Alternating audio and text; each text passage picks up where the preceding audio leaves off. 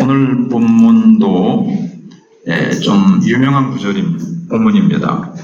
요한복음 3장 맨 처음이 니고데모 이야기가 있었는데, 니고데모 얘기도 우리가 얼마나 잘 알고 있습니까? 운물가의 여인, 이 얘기도 성경에 익숙한 사람은 참 잘 알고 있습니다.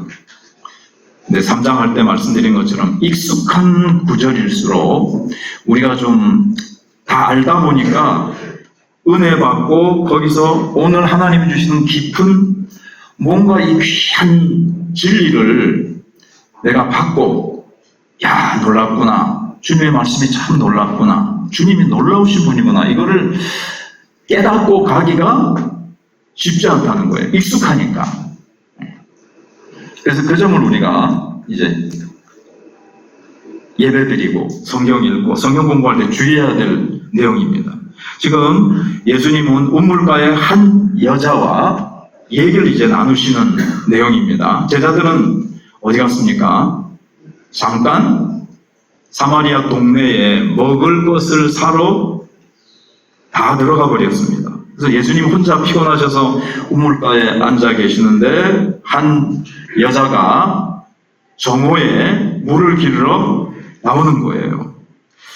이 요한복음 4장은 연극으로 치자면 3막으로 구성되어 있습니다. 제1막은 주제가 물입니다. 물. 두 번째 이제 16절부터 26절까지는 예배. 두 번째 막은 다음 주에 할 거죠. 예배. 그 다음에 17절부터 42절까지는 27절부터 42절까지는 증인. 사마리아 여인이 변화되어 가지고 동네에 막 내가 만난 예수 그리스도를 만나러 와보라 그러면서 이제 막 전도하러 증인으로서 사마리아 마을에 막 뛰쳐 들어가는 그런 내용이 나옵니다. 우리는 이제 첫 번째 오늘 영국으로 치면 1막을 이제 생각을 해보는데, 예수님은 오늘 본문에서 세 마디를 하세요. 7절에서 물을 좀 달라. 그렇게 말씀하시고 10절에서 또 말씀하시고 13절, 14절에서 또 말씀을 하십니다.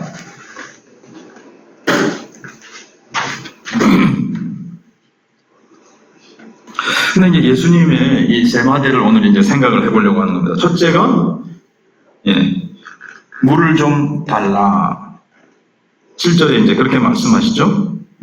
사마리아 여자 한 사람이 물을 기르러 왔으면 예수께서 물을 좀 달라. 근데 이제 좀 배경을 좀 생각을 해보면, 우리는 문제가 없어 보이죠. 비난받을 만한 문제가 없어 보이지만, 그 당시의 문화적인 배경을 생각해보면, 이건 아주 이례적인 일입니다. 일단은 여기 1절부터 이제 6절을 좀 생각을 안 해봤는데 5절까지 예수님께서 제자 삼고 세례 베푸는 것이 요한보다 많다는 것은 지난주에 우리가 이제 생각을 해봤습니다. 근데 바리새인들이 1절에 들었다 그랬어요. 바리새인들이 뭘 문제 삼는가 하면 세례는 이방인들이 유대인으로 개종할 때 세례를 베풀어요. 유대인들에게는 세례를 베풀지 않습니다. 왜냐하면 유대인들은 우리는 날 때부터 아브라함의 자손으로 태어나기 때문에 우리는 당연히 그냥 하나님의 백성으로 태어나서 우리는 세례받을 필요 없이 천국 백성에서 천국에 들어간다고 이제 하는 거예요. 그렇게 믿는 겁니다. 그러니까 이방인에게 세례를 베풀어야지 유대인에게 왜 세례를 베푸느냐고 그들은 생각하고 믿고 있는데, 세례 요한과 예수님은 어떻게 하시는 겁니까? 유대인들도 거듭나지 않으면 천국에 들어갈 수 없다. 거듭나야 하리라. 너희들도 회개하고 하나님 앞에 너희들의 죄악을 토해놓고 회개해라. 그래야 거듭나서 천국에 들어갈 수 있다. 이렇게 해서 이제 세례를 주는 겁니다. 그러니까 거기에 대해서 바리새인들, 종교 지도자들이 문제 삼겠죠.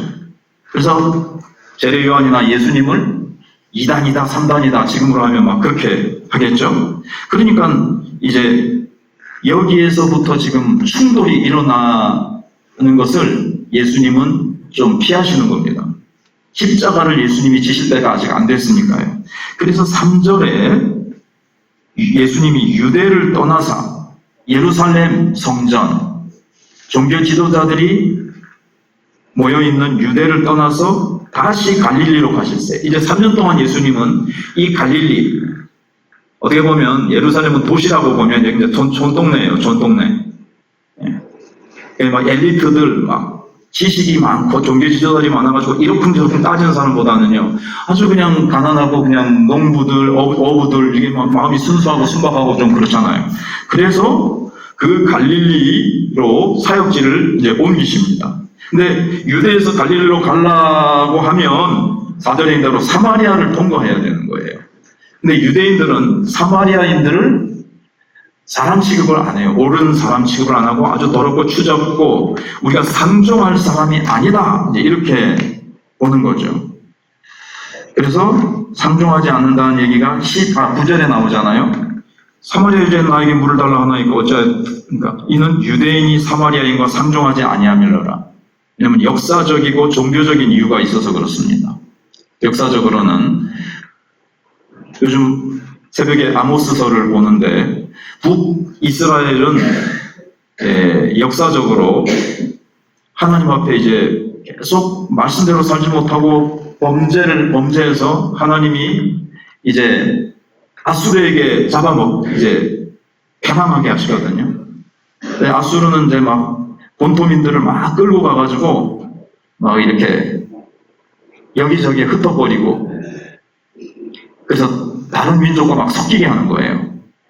북이스라엘에 남아있는 사람들도 다른 이방인들과 남아있는 사람은 진짜 가난한 사람들이고 또 다른 이방 사람들하고 결혼을 해가지고 순수한 혈통을 잃어버렸어요. 그래서 혼혈족이 됩니다. 그래서 순수한 유대인들이 저들은 유대인의 그 전통, 그 순수함을 잃어버린 자들이다.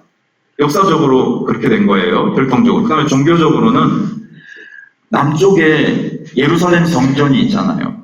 이게 이제 솔로몬이 짓고 그 뒤에도 이제 포로되어 갔던 사람들이 또 다시 돌아와서 성전을 이제 그 자리에 또 지었는데 북이스라엘은 금송아지를 놔둔 그 그리심산에다가 또 성전을 놔둡니다. 두 군데 베델과 요즘 그 아모스서에 나온 대로 길갈이라는 곳에 두 성전이 있어요. 그러니까 이제 그 성전은 금송아지를 놔두고 막 그러니까 이제 순수한 아브라함으로부터 내려오는 그 순수한 신앙, 모세로부터 내려오는 그 순수한 신앙을 잃어버리고 막 우상숭배의 신앙으로 바뀌어버렸어요. 그러니까 유대인들이 저들은 혈통적으로나 역사적으로나 종교적으로나 신앙적으로라는 거죠. 이게 우리하고 영 딴 길로 가버린 사람들이고 이방과 저 더러운 것들과 막 섞여가지고 더러워진 사람들이다. 그래서 저들은 우리가 상종할 대상이 안 된다. 이렇게 이제 봐버린 거죠. 그러니까 이제 사람들이 사마리아를 아예 통과를 안 하고 삥 둘러서 가는 거예요. 물론 이제 귀찮으니까 통과하는 사람도 있을 거예요. 가능하면 이제 둘러가는데 예수님은 이 사람들이 싫어하고 외면하는 사마리아 사람들 그 중에서도 오늘 그 한 여인 버림받고 사람들로부터 손가락질 받는 한 여인을 사랑하셔서 그 여인을 구원하시기 위해서 사마리아로 직접 이제 들어가십니다. 그래서 들어가시는데 여기 사마리아는 세겜 사람들의 후손으로 이제 대충 그렇게 추측을 합니다. 자, 그래서 사마리아를 통과하였는지나 4절까지 제가 설명을 드렸죠. 5절에는 사마리아에 있는 수가라 하는 동네인데 이 수가가 어딜까 정확히는 모르는데 세겜이 아닐까 이렇게 이제 추측을 하는 거죠. 근데 야곱이 그 아들 요셉에게 준 땅이 가깝고 창세기 48장에 보시면 이제 야곱이 요셉에게 이제 막 그 유산을 물려줍니다. 어느 아들에게는 어느 아들에게는 뭐 이렇게 쭉 이제 기업을 물려줍니다. 근데 거기 보면 야곱이 아들에게 준 땅이 가깝고 6절에 거기 또 야곱의 우물이 있고 야곱이 우물에 일단 별명이 진짜 야곱이 주었느냐? 그거는 성경적으로 정확히는 몰라요. 근데 사람들이 이거 야곱이 준 우물이 계속 내려오는 거다. 이렇게 알고 있는 거예요. 예수께서 길 가시다가 피곤해요. 이것이 이제 좀 놀랍죠. 예수님은 어떤 분이십니까?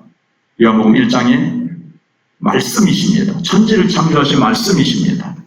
그분이 모든 생명의 근원이시고 그분이 모든 만물을 만드셨습니다. 그분은 하나님의 아들이십니다. 근데 그분이 피곤하시대요. 왜냐하면 우리를 구원하시기 위해서 이 땅에 우리와 똑같은 사람 되어 오셨기 때문에 그분도 피곤하셨다는 겁니다. 그래서 우물 곁에 그대로 앉으셨어요. 때가 6시쯤. 우리나라 시간으로는 언제일까요? 정오. 왜냐면 그들은 그러니까 6시에, 지금 우리가 생각하면 이제, 6시에 시작이 된다고 봐요. 6시간을 더 하면 됩니다. 우리나라 시간으로. 그러면 12시입니다. 12시는 그 지역은 한참 뜨거운, 그냥 더운 시간이에요. 그때는 사람들이 물을 길러 오지 않습니다. 여자들이 이제 주로 이제 물 길러 다녔는데, 근데 바로 그 시간에 물 길러 오는 시간도 아니고, 여자들은 뭐 옛날에 치안이나 이런 게 보안이 잘 되어 있지 않았기 때문에 혼자 여자가 물 길러 온다는 것은 좀 위험한 일입니다. 그래서 여럿이 모여가지고 수다 떨면서 또 막 동네, 막내 소식 서로 들으면서 누구 집에 뭐가 어떻게 됐다더라, 뭐 아들이 어떻게 됐고, 뭐 딸을 낳았다더라, 뭐 손자 낳았다더라부터 시작해서 온갖 동네 뉴스를 물 들어가면 우물가에서 이제 이리저리 듣게 되는 거야. 그랬구나 하면서 막 와가지고 또 이제 가족들에게 전해주겠죠. 그런데 더운 때는 정말 물길로 오다가 뭐 일사병이 걸리면 너무 더워서 걷기도 힘든데 좀 우물이 좀 멀리 떨어져 있거든요, 동네에서. 근데 이제 한가운데 있어도 걸어서 이제 와야 되는데 여자들은 그 시간에 안 올 뿐더러 혼자 안 온다. 이게 이제 그 당시에 문화적인 배경이란 말이죠. 그런데 이례적으로 여자가 한낮 정오에 홀로 물들어 왔다. 이거는 어떻게 추정할 수 있습니까? 이 여인은 버려진 여인이다. 사람들에게 인정받지 못하고 버려지고 인생의 나고자처럼 그렇게 살아가는 여인이라는 것을 알 수가 있습니다. 그런데 예수님은 바로 이 여인을 만나기 위해서 오신 거예요. 그런데 예수님은 또 거기다가 말까지 거시는 거죠. 물을 좀 달라. 그러니까 사마리아 여자가 뭐라 그러니까? 유대인인 당신이, 남자인 당신이 어찌하여 나에게 물을 달라 하나이까? 그 당시엔 전혀 유대인과 사마리아인들이 상종도 안 할 뿐더러 어떤 기구를 같이 쓰지 않아요. 식사에 같이 앉아서 먹지를 않아요. 그러면 그릇을 같이 써야 되잖아요. 상종하지 않는다, 이 말은 접촉하지 않는다는 말이 있는데, 그릇을 같이 쓰면 접시든 뭐 국그릇을 같이 먹게 되잖아요. 그럼 접촉하게 된단 말이에요. 그래서 아예 식사하는 것은 안 돼요. 물을 달라고 그러면은 예수님이 지금 물그릇이 없어요. 좀 이따 나오죠. 물그릇이 없는데 여인이 쓰던 물그릇을 이렇게 줘서 먹이만 잘 됐습니다. 이렇게 마시면 유대인이 사마리아인의 그릇을 썼기 때문에 접촉하게 되는 거죠. 어떻게 당신들은 그렇게 안 하는 것이 당신들의 어떤 법처럼 되어 있는데 어떻게 나에게 물을 달라 합니까? 이렇게 되는 거예요. 그러니까 이제 이 여자는 예수님을 보고 지금 아직 물 달라 하기 전까지는 사실 사마리아 사람인지 유대인인지 모를 텐데 뭔가가 있던 거지. 이제 유대인이라는 표가, 그래서 우리는 잘 성경이 기록되어 있지 않아 보지만 복장이 유대인은 좀 달랐든지 예수님께서 뭔가 말투가 물 좀 달라 할 때 벌써 그 말투가 달랐든지 뭔가 유대인이라는 것을 이제 알 수 있었다는 거죠. 그래서 예수님에게 나에게 물 좀 달라 딱 한마디 하셨어요. 물 한 잔 다고 그렇게 이제 하신 거죠. 당시에 통념을 깨고 예수님이 말씀하신 거예요. 한 여인에게, 그것도 사마리아 여인에게 말씀을 하시는 거예요. 근데 예수님은요, 그런 거 신경 안 쓰세요. 사람들이 가지고 있는 어떤 통념, 그런 것들을 다 깨십니다. 여인을 구원하시기 위해서.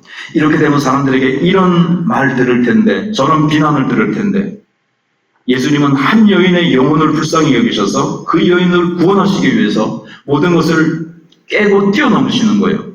우리를 구원하시기 위해서도 창조주 하나님이 보좌에 앉아 계시는 그 영광을 다 내어려 놓으시고 하나님이라는 그 영광의 본체도 빌립보서 2장에 있는 대로 그것도 하나님 되심을 내려놓으시고 사람의 모형으로 종의 형체로 죄인의 형체로 모습으로 이 땅에 내려오신 겁니다.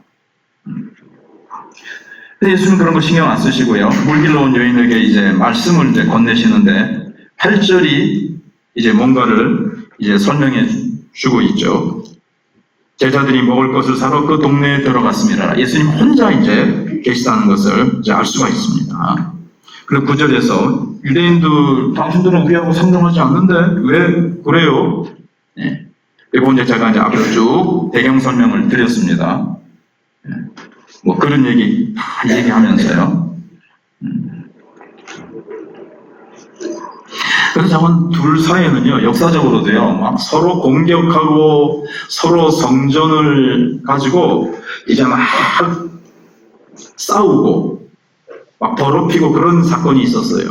그래서 나중에 다음 주에 제 2막인 예배에 대한 문제가 나올 때 사마리아 여인이 예수님께 물어보죠. 당신들은 예루살렘에서 예배를 꼭 드려야 된다고 하는데 저는 이 사마리아에 살기 때문에 그리심산에서 예배 드릴 수밖에 없는데 어디서 예배 드리는 게 맞습니까? 이렇게 물어보니까 예수님이 이 산에서도 말고 저 산에서도 말고 장소는 초월해서 이제는 신약시대가 됐고 예수님이 오셨기 때문에 영과 진리로 예배 드리면 된다. 장소는 상관없다. 어디서 드리든지 골방에서 드리든 어디서 산위에서 드리든 영과 진리로 예배 드리는 자면 되고 하나님은 이렇게 예배하는 자를 찾으시느니라 이렇게 말씀하세요. 지금 다음 장에 보겠습니다만 예배하는 자를 찾으세요.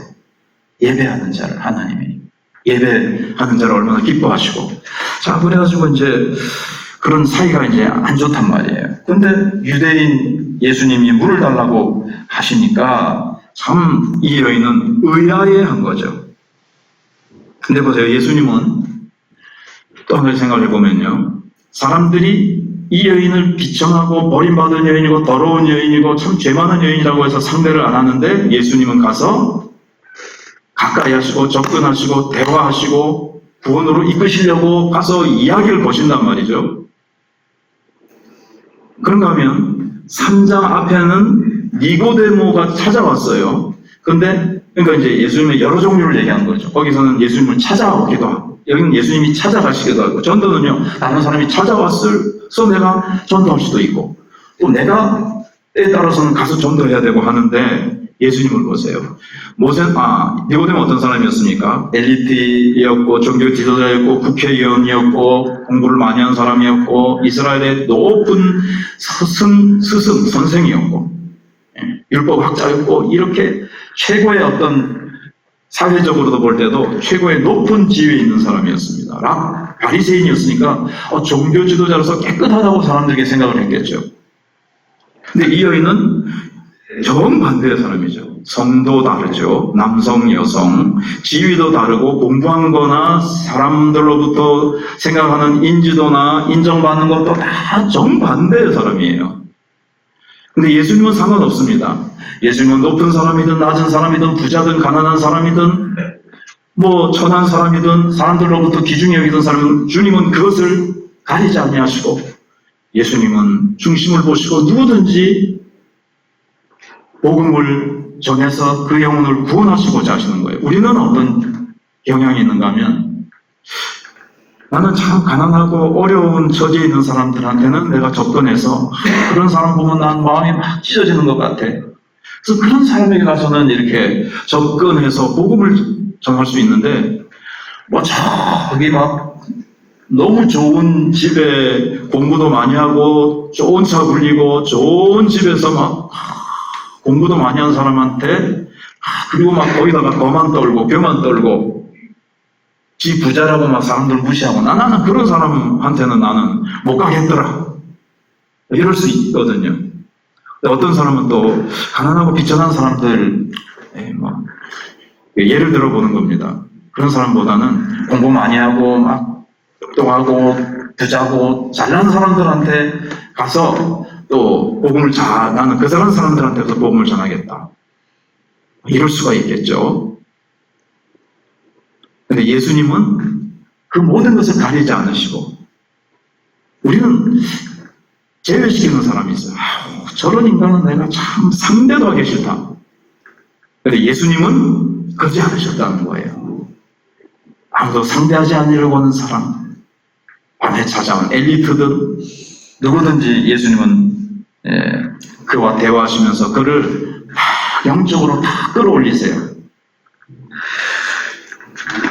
여러분과 저는 어떻습니까?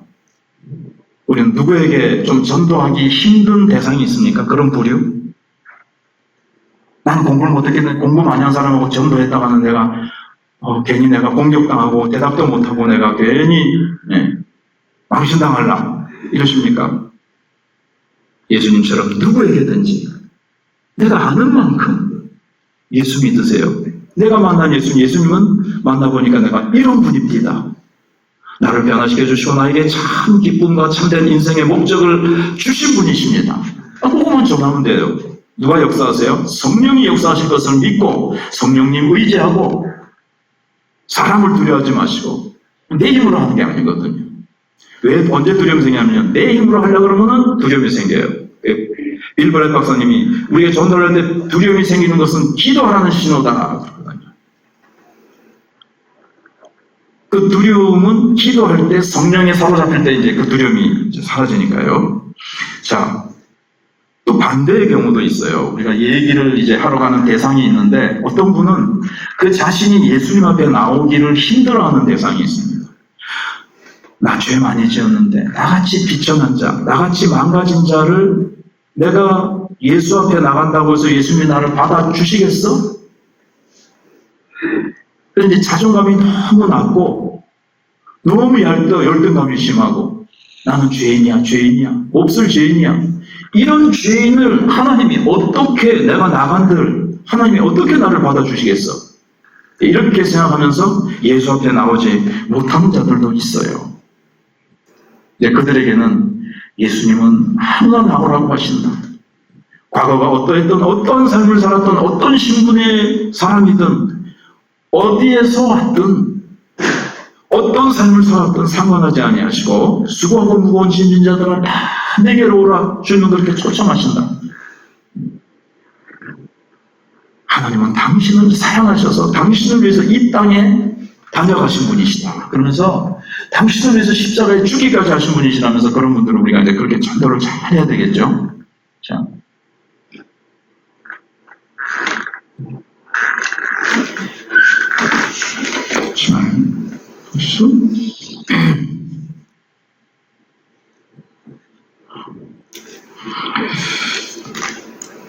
자, 그러면은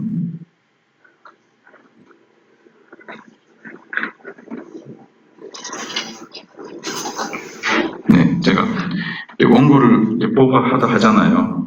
여기가 2번이 있네. 표시를. 그 다음 이제 두 번째 예수님이 하신 말씀은 뭐냐면요. 10절을 한번 같이 읽어보시겠습니다. 10절 시작. 성경이 있어야 되죠. 내가 일단 읽어드리겠습니다. 성경 있는 분은 같이 읽으시고요. 예수께서 대답하여 이르시되 내가 만일 하나님의 선물과 또 내게 물 좀 달라 하는 이가 누구인 줄 알았더라면 내가 그에게 구했을 것이요 그가 생수를 내게 주었으리라. 아멘. 네가 나를 누구인 줄 알았더라면 이렇게 이제 말씀을 하십니다. 알았더라면 네가 나를 알았더라면 뭘 해요?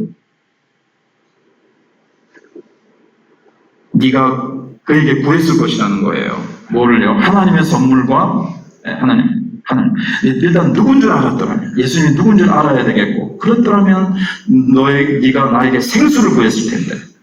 이제 이게 일반적인 물은 아닌데, 일단 예수님은 그렇게 영적으로 딱 말씀을 하시면서, 뭐라 그럴까요? 자극을 주시면서 영적으로 끌어올리시는데, 그것이거든요. 그런데 이제 11절에서는 여자는 이게 일반적인 물인 줄 알고, 그냥 물리적으로 이렇게 목마를 때 마시는 물인 줄 알고, 주여, 물 기를 그릇도 없고, 이 물은 기른데 어디서 당신은 그 생수를 얻겠사옵나이까? 물 기를 그릇은 보통 어떠냐면요, 여행자들은 그 당시에 가죽으로 된 물 이렇게 깃는 주머니가 있답니다. 그걸 갖고 다닌답니다. 사람이 없으면 거기다가 어떻게 줄을 매달아가지고 이렇게 쭉 물을 길어 먹는 가죽 주머니가 있대요. 근데 예수님은 보니까 아무것도 없는 거예요. 근데 네가 구하면 내가 물을 줬겠는데, 당신은 물길을 소위 양동이도 없는데 나한테 어찌 물을 주겠단 말입니까? 이 우물이 얼마나 깊은데, 얕으면 그냥 뭐 이렇게 할 수 있지만, 이렇게 깊은데 당신 양동이도 없으면서 어떻게 물기를 나한테 물을 준단 말입니까? 못 알아먹는 거죠. 근데 예수님은 참 여기서 뭘 알 수 있는가 하면요, 첫 번째 알 것은 구했을 것이다 네가 알았더라면. 하나님은요, 먼저 우리에게 뭘 바쳐라, 드려라 헌신을 먼저 요구하시는 게 아니에요. 우리는 자꾸 하나님은 뭘 드려야지 될 것 같고 막 뭘 드려서 하나님께로부터 뭔가를 얻어내야 된다고 생각을 해요. 그러니까 이방 경제도 우상숭배하는 거잖아요. 가서 떡을 갖다 바치든지, 돈을 갖다가 바치든지, 제사 음식을 막 이방, 굿하고 할 때는 뭘 많이 갖다 바쳐야 되잖아요. 하나님은 어떻게 보면 원하시는 게 없으세요. 모든 것이 주님의 것인데요, 주님은 주시고 싶어 하십니다. 내가 누군지 알았더라면 뭘 구했을 것이요. 구하라는 거예요, 구하라는 거. 그래서 오늘 본문에도요, 이 준다는 단어가요, 7번이 나온다 그래요. 7번. 제가 시간상 확인은 못했지만, 이 여인과 말씀하는 주님. 주기를 기뻐하시는 주님. 모든 것이 있으신 주님. 제가 얼마 전에 다락방 강화가 있잖아요. 요한복음 14장부터 17장까지. 근데 14장부터 16장 사이에도 구하라는 말씀이 7번 나오는 거예요. 예수님이 이 땅에서 제자들에게 마지막으로 남기시는 말씀을 하시면서 기도해라, 구해라 이 말씀을 하시는 거예요. 왜 7번 하십니까? 완전수인데 우리의 부족함을 아시고 주님은 채워주시고 싶어서 위로부터 공급되는 주님께로부터 공급받아야만 기도 속에서 능력 있는 삶을 살기 때문에. 그래서 요한복음 14장에서 예수님이 하시면서 지금까지 15장이죠. 지금까지는 너희가 내 이름으로 아무것도 16장 죄송합니다. 16장 23절인가 24절. 지금까지는 너희가 내 이름으로 아무것도 구하지 아니하였으나 구하라 받으리니 너희 기쁨이 충만하리라. 하나님 앞에 우리의 부족함을 계속 구함으로 받아 충만한 기쁨 속에서, 기도 응답의 충만한 기쁨 속에서 살아갈 것을 예수님이 말씀하고 계세요. 예수님은 내가 누군 줄 알았더라면 나에게 구했을 것이요, 내가 너에게 생수를 주었을 것이다. 하나님의 선물. 이 생수가 뭡니까? 성령이면서 그 다음에 이제 구원입니다. 성령이 오셔서 우리를 거듭나게 하시고 우리에게 구원의 선물을 주시고 성령이라는 하나님의 놀라운 선물을 주셨죠. 성령이 오셨네. 그래서 성령이 오시면 내가 매일 기쁘게 순례의 길 행함은 주의 영이 나와 함께 하셔서 날마다 주님과 동행하는 이 기쁨, 이걸 이제 살아가게 되는 거예요. 이 기쁨. 생수가 뭡니까? 이 생수는 이 여인이 지금 목이 말라서 물을 뜨러 왔어요. 물이 다 떨어지니까 또 목이 말라서 왔어요. 이건 이제 영적으로 이제 말해주는 것이 있는 거죠. 일단은 그래서 이제 차근차근 제가 또 급하게 앞서 나가려고 하는데 주님이 누구신지 몰랐죠. 알았더라면이만 네가 몰란다. 주님이 무엇을 주실 수 있는지를 모르는 거예요. 지금 우리도 그렇죠. 우리는 이 여인과 달리 예수님을 잘 안다고 생각하시죠? 나 예수 믿었어. 나 구원받아서 사는 자녀가 됐어. 나 교회 다니면서 예배 많이 드리고 이제 성경도 많이 알고 그랬습니다. 기도 응답도 받겠죠? 그러나 또 보면요, 염려하고 걱정하고 실망하고 그런 모습들을 봅니다. 예수님이 누구신지 아직도 잘 몰라요. 물론 그분은 영원히 우리가 알아가야 되는 분이십니다. 그래서 기도할 수 있는데 왜 낙심하십니까? 기도할 수 있는데 왜 실망하십니까? 그 복음성이 있잖아요. 그분이 어떤 분이세요? 구했더라면 주었으리라. 여인에게는 지금 육신의 목마름 넘어서 예수님이 뭘 말씀하시는 거예요? 참된 만족과 기쁨. 이 여자가 지금 몇 번째 남자와 살고 있어요? 그 뒤에 읽어보시면, 오늘 안 읽었지만 6번째 남자와 살고 있습니다. 왜 그런지는 정확히 모르겠습니다. 그러나 뭔가 어떤 남자가 나에게 참된 나를 인정해주고 나에게 만족을 줄 것이라고 생각해서 이 남자 저 남자에게 참 살아봤지만 그 뭔가 인생의 목마름을 해결해 주지 못하더라는 거죠. 예수님이 그걸 말씀하시는 거예요. 지금 영적으로 끌어올려가지고. 어떤 사람은 돈이 만족을 줄 줄 알고 돈을 쫓아가지만 돈을 벌어도 또 목마르고 더 목마르고, 어떤 사람은 학위를 따서 공부하는 것에 미쳐가지고 공부를 많이 하면 내 인생의 갈증이 해결될까봐 공부하고 학위를 10개, 11개 따도 또 더 목마르요. 미국까지 가고 뭐 영국까지 가고 학위를 딸수록 더 그냥 목이 마른 겁니다. 만족이 없어요. 아파트를 더 좋은 아파트로 가보고 더 좋은 차를 갈아보고 더 세상 사람들로부터 인정받기 위해서 연봉이 더 올라가고 엄한 물을 다 해봐도 예수님은 이 물을 먹는 자마다 다시 목마르려니와. 물리적인 물을 말씀하시면서 이 세상에 보이는 것과 이 세상에 만져지는 이 세상의 것들은 다 참된 만족을 줄 수 없다는 겁니다. 우리는 영혼을 가졌고 하나님의 형상대로 지음을 받았기 때문에 안 되는 거예요. 이 만족과 이 기쁨은요, 누구만이요?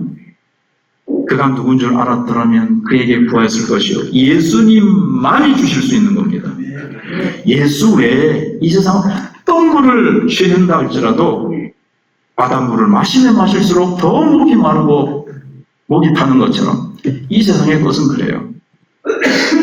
그래서 예수님이 주시는 이 생수, 그래서 좀 더 결론을 빨리 내려보면 성령님이시죠. 성령님. 내가 생수를 주었으리라. 성경에 보면요, 드려라, 헌신하라는 명령보다도요, 구하라는 명령이 더 많아요. 구하라. 주시고 싶어 하시는 하나님. 아무리 다 주어도 고갈이 없으신 하나님. 김 집사님에게 저렇게 많이 축복을 주시면 나한테 돌아올 건 별로 없겠네가 아니라, 아무리 이 세상 모든 사람들이 구하고 구해도 하나님의 자원은 고갈됨이 없으세요. 염려하지 마시고 얼마든지 구하세요. 그 예수님이 어떤 분이십니까? 주기를 기뻐하시는 예수님, 구하라고 하시는 예수님. 그래서 마태복음 7장에서 구하라 주실 것이요, 찾으라 두드리라 열릴 것이요, 찾으라 찾을 것이요, 구하는 자에게 주실 것이요, 찾는 이가 찾아낼 것이요, 두드리는 자에게 열릴 것이니라. 악한 자도 자식에게 좋은 것을 줄 줄 알거든 하물며 하늘에 계신 너희 아버지께서 좋은 것으로 주시지 않겠느냐 하면서 구하라고 자꾸 말씀하십니다. 재정적으로 어려우세요? 재정적으로 조금 내려갈 때 두려워하고 웃자고 환경에 잡히지 말고 주님 바라보면서 그분이 누구신가 알았더라면, 주님이 누구신가를 좀 깊이 압시다. 정확히 압시다. 그래서 환경이 좀 어렵고 뭐 사면 초과가 되더라도 예수님이 나와 함께 하시는데, 주님이 구하라고 하시는데 주님이 이것도 주실 수 있을까? 하모요. 지금 굉장히 경제가 어려운데 될까? 주님이 누구신지요? 주님이 그러면은 경제의 어려움을 타십니까? 어제나 오늘나 영원토록 동일하신 주님이신데요. 마음에 상처가 있어서 기쁨이 없으십니까? 기쁨의 생수가 터질 거라는 말씀이세요. 주신다는 거예요. 마음에 기쁨이 없으시고 마음에 참된 인생의 목적과 만족이 없으시면 구하라는 거예요. 여기 14절에 내가 주는 물을 마신 자는 영원히 목마르지 아니하리니 내가 주는 물은 그 속에서 영생하도록 솟아나는 샘물이 되리라. 다시 말씀드리지만 세상의 것들은 내 바깥에 있습니다. 돈, 아파트, 차, 뭐 이런 것, 환경 때문에 환경이 좀 좋아지면 하나 웃고 환경이 내려가고 좀 무너지면 비참해하고 비비원불, 비판하고 비난하고 원망하고 원망하고 불평한단 말이죠. 주님이 이러실 수 있습니까? 그런데 여기 보니까 환경이 아니에요. 환경 때문에 오는 기쁨과 만족이 아닙니다. 뭐 때문이죠? 그 속에서, 우리 속에서, 그래서 요한복음 7장에 가면 예수님께서 이렇게 말씀하시죠. 나를 믿는 자는 그 배에서 생수의 강이 흘러나리라. 그리고 가놓고 아직 제자들이 성령을 받지 못했다 이렇게 배우는데 이것은 그들이 받을 성령을 가리킵니다. 이 속에서 솟아나는 생수는 성령님. 성령을 모시면 내 속에서 뭐가 솟아나와요? 생수가 터져 나오는 거예요. 말할 수 없는 기쁨, 말로 다 표현할 수 없는 기쁨. 오, 이 기쁨, 주님 주신 것. 주님 주신 것. 돈이 주는 것. 이 여인이 남자를 갈아봤는데 그 남자들이 주는 기쁨? 만족? 아니에요. 주님이 주시는 것은 세상이 주는 것과 같지 않고 세상이 주는 것은 오다가도 어때요? 시간에 따라 환경에 따라서 변해서 이것이 멈춰버리기도 하죠. 돈 벌었을 때 처음 예를 들어서 돈이 확 들어왔을 때 기쁘다고 돈 그것도요. 참들 만족 안 돼요. 더 못 벌었다고 그랬죠. 근데 예수님이 뭐라고 하셨어요? 내가 주는 물을 마시는 자는 내가 보내는 성령을 받는 자는 영원히 목마르지 아니하니 멈춤이 없어요. 언제나 내가 막을 수는 있겠죠. 솟아나는데 내가 그러나 언제나 영원히 솟아나요. 세상 것은 영원하지 않습니다. 죽을 때 하나도 못 가져갑니다. 있다가도 없습니다. 변합니다. 변질됩니다. 내가 주는 말은 어제나 오늘 영원토록 성령님께서 동일하시기 때문에 이 기쁨, 이 사랑이 솟아납니다.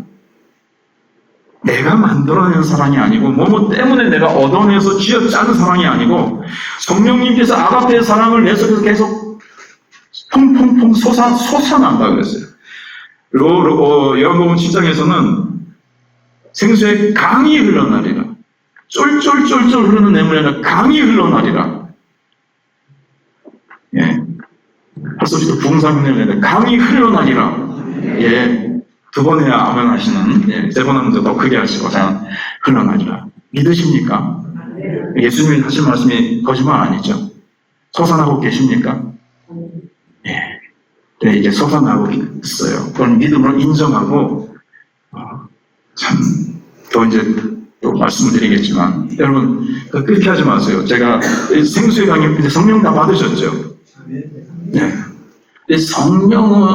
성령을 또 주세요라는 기도도 있고, 성령 충만함을 주세요. 또, 그걸 잃어버리면 또 구할 수 있지만, 여러분, 내가 휴대폰인데 휴대폰을 여러분들에게 다 드렸어요. 하나님이 드렸다고 합니다. 휴대폰이 성령이라고 합시다. 휴대폰을 받았어요. 받았는데 휴대폰 주세요 그러면 안 되죠. 자, 휴대폰을 어떻게 하면 됩니까? 이제 사용해야죠. 자, 이렇게 이제 사용해야죠. 활용하고 카톡도 하고 오만 것도 보고 유튜브도 보고 성경 말씀 앱도 깔아서 성경도 듣고 찬송도 듣고 사진도 찍고 성령이 내 안에 계셔서 영원히 내 속에서 솟아나고 계시는 이 기쁨, 이 기쁨 속에서 사시고 성령의 능력으로 참 복음을 전할 때는 성령님 나에게 지혜를 주시고 담대함을 주시고 그 사람을 성령님께서 꼬꾸라뜨리셔가지고 예수 믿게도 하시고 또 그 사람이 반대하고 반발하더라도 나에게 상처 주는 말을 해도 성령님께서 다 상처받지 않게 하시고 참 오히려 그걸로 인해서 감사하고 기뻐하게 하시고 참 그렇게 하시는 우리 주님의 놀라운 은혜. 예.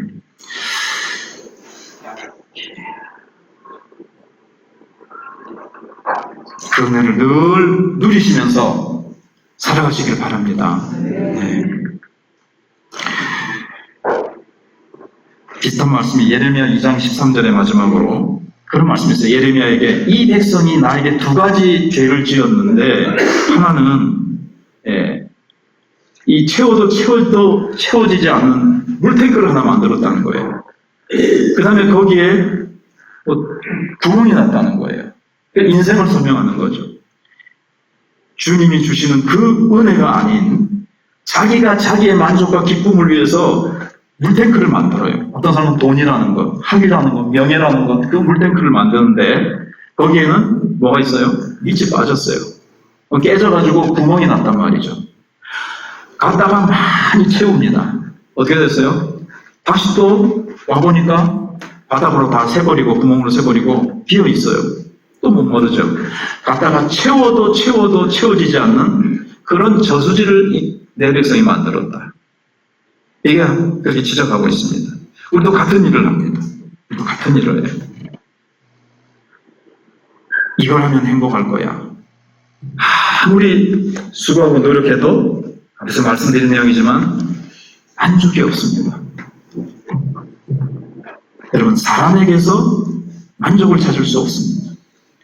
여러분이 하는 어떤 거가 만족을, 기쁨을, 참된 기쁨과 만족을 주지 못합니다.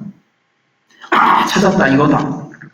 근데 또 거기도 구멍이 나서요. 안 되는 거예요. 그래서 그 여인에게 네가 지금 6번째 남자와 살고 있는데 여자가 깜짝 놀라죠.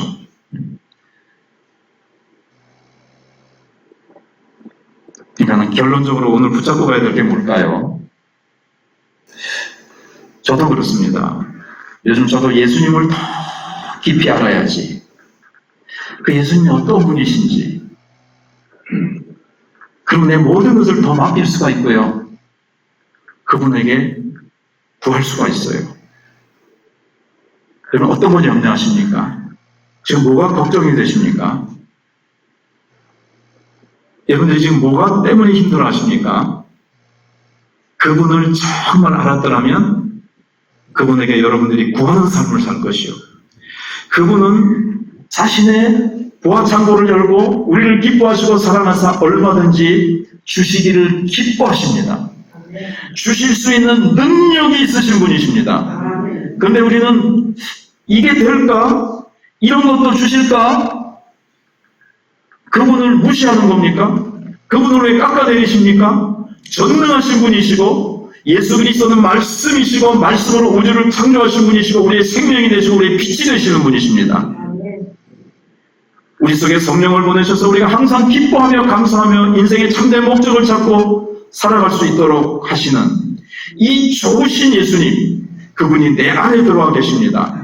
그분께 구하고 그분을 의지하면서 세상을 보며 사람을 보며 실망하고 낙심하지 마시고 예수님께 늘 구하면서 응답받아 능력 있는 삶을 살아가시기를 주님의 이름으로 축복합니다. 네, 기도하겠습니다. 하늘에 계신 우리 아버지의 아들을 선물로 주시고 생수를 주시고 죄인들을 위한 죄사함의 선물을 믿는 우리 모두에게 주심을 감사합니다. 새로운 시작의 선물을 주시고 인생의 목적이라는 선물을 주시고 기쁨의 선물을 주시고 참된 만족의 선물을 주심을 감사드립니다. 우리는 주님의 손으로부터 주님께로부터 오는 생수를 주님의 몸으로부터 오는 그 피로 살로 우리가 얼마나 큰 선물을 받았습니까? 우리에게 참된 만족과 행복을 주시니 감사드리옵고 예수 그리스도의 이름으로 기도하옵나이다. 아멘. 우리 준비하신 예물 하나님께 드리면서 찬송가 191장 찬송하시겠습니다.